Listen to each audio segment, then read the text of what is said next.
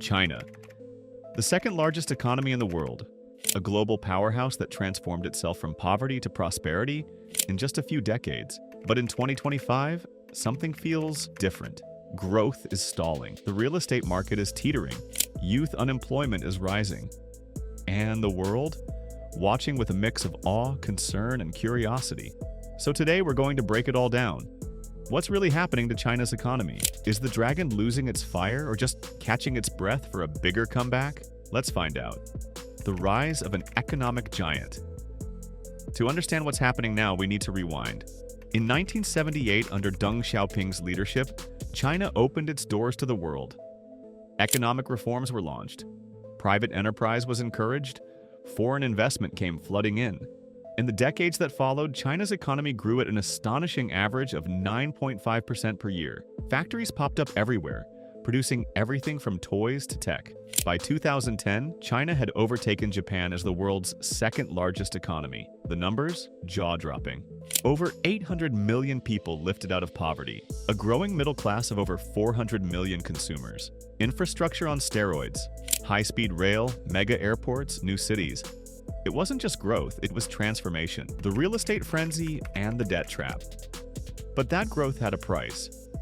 And nowhere is that clearer than in real estate. China's real estate sector became its unofficial economic engine, contributing up to 30% of GDP when you count construction, furniture, and local government land sales. Developers like Evergrande, Country Garden, and Sunac borrowed billions to build endless apartment blocks, often before they were even sold. The problem? Demand started shrinking. People weren't buying, debt piled up, and in 2021, Evergrande defaulted, triggering a wave of panic in global markets. Today, thousands of apartments remain unfinished. Developers are going bankrupt, and homeowners protesting because their life savings are tied up in properties that may never be completed. It's not just a housing crisis, it's a confidence crisis, slowing growth and structural challenges. China's once explosive economic engine is now decelerating. In 2024, GDP growth slowed to just 4.8%, and in 2025, projections suggest it may dip further to around 4.5%. That's a significant drop from the double-digit expansion China enjoyed for decades. So, what's causing this slowdown? First, the shrinking workforce is a major concern. Due to the long-standing one-child policy, China's working-age population is shrinking faster than expected. Fewer workers mean reduced productivity and increased pressure on pensions and social services. Second, the country is aging rapidly. By 2035, over 30% of the population will be over 60 years old, straining healthcare systems and reducing overall economic vitality. Third, productivity growth is stagnating. The easy gains from industrialization and cheap labor are largely over. High-tech innovation is needed, but it's not catching up fast enough. Lastly, consumer confidence is low. Households, wary of economic uncertainty, are saving more and spending less, weakening domestic demand. In short, the traditional model of build, export, repeat that once powered China's meteoric rise no longer fits the realities of today's economic climate. Deep structural reforms are needed to unlock a new phase of sustainable growth, youth unemployment, and the silent crisis. Now let's talk about the youth. China's youth, once seen as the energetic engine of the future, are now facing an economic reality that feels more like a dead end. In 2023, youth unemployment soared to 21%, a staggering figure that sent shockwaves through society. But instead of addressing the problem head-on, the Chinese government made a controversial move in 2024. It stopped publishing youth unemployment data altogether. When a country stops showing the numbers, it usually means the numbers aren't getting any better.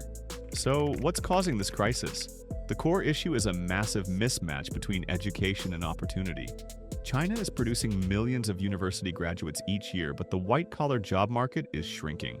Major tech firms have halted hiring or cut staff. The once mighty real estate sector, which powered growth and employment for decades, is shedding jobs. And the service industry, hit hard by pandemic disruptions, still hasn't fully bounced back. The result? A growing population of highly educated young people who are unemployed, underemployed, or simply disillusioned. This has given rise to a cultural movement called Tang Ping, or lying flat, a quiet rebellion where young people reject the intense pressure to hustle and instead choose a minimalist lifestyle with minimal ambition. This mindset shift could have lasting consequences. With young people losing faith in the system and delaying or abandoning traditional life milestones like marriage, home ownership, or starting a family, consumer spending is stagnating. And without the optimism of youth, the economy loses its most critical driver of future growth. If China can't find a way to absorb and empower its young talent, it risks not just an economic slowdown, but a long-term erosion of national confidence and potential. Imagine the world economy as a giant ship, and China as the engine room. Now picture that engine sputtering.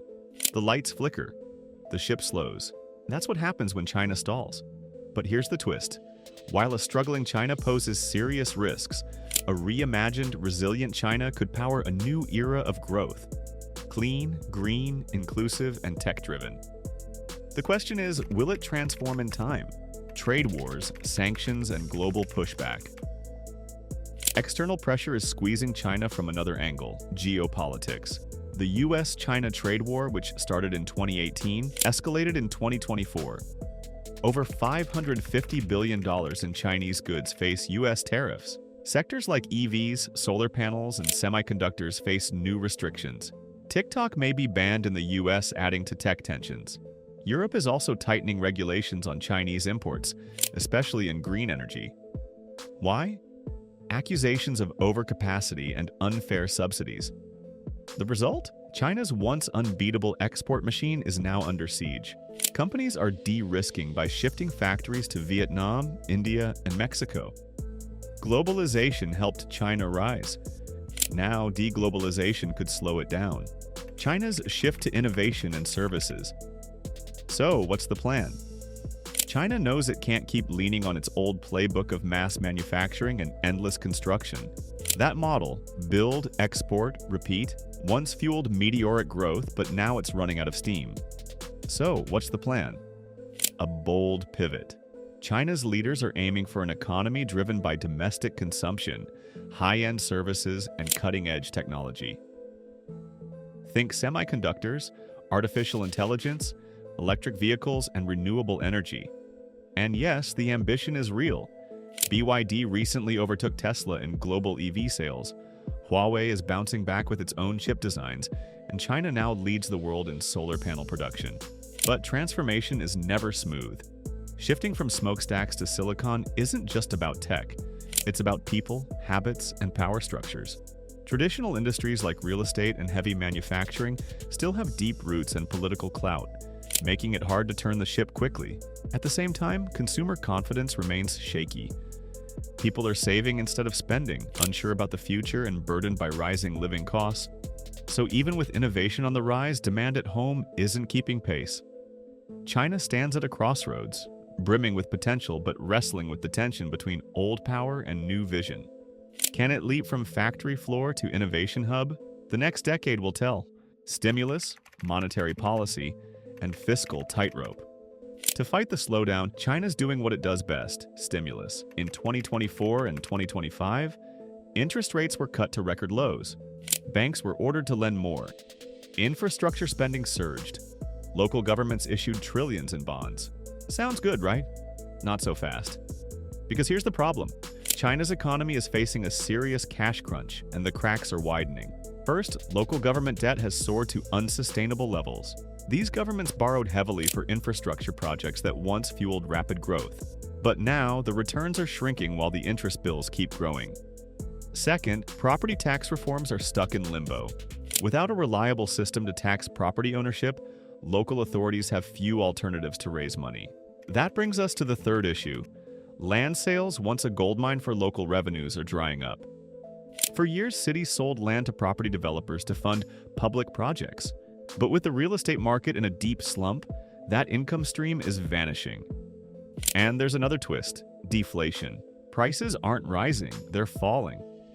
That might sound good, but it's a red flag.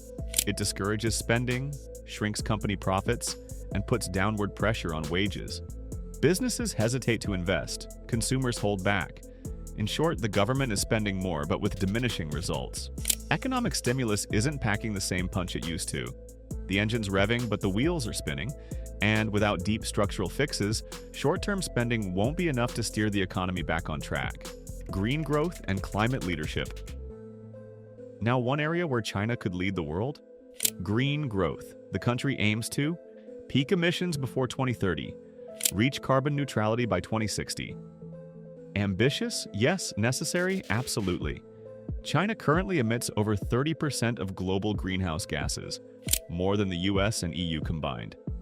But it's also leading the charge in solar, wind, and electric mobility.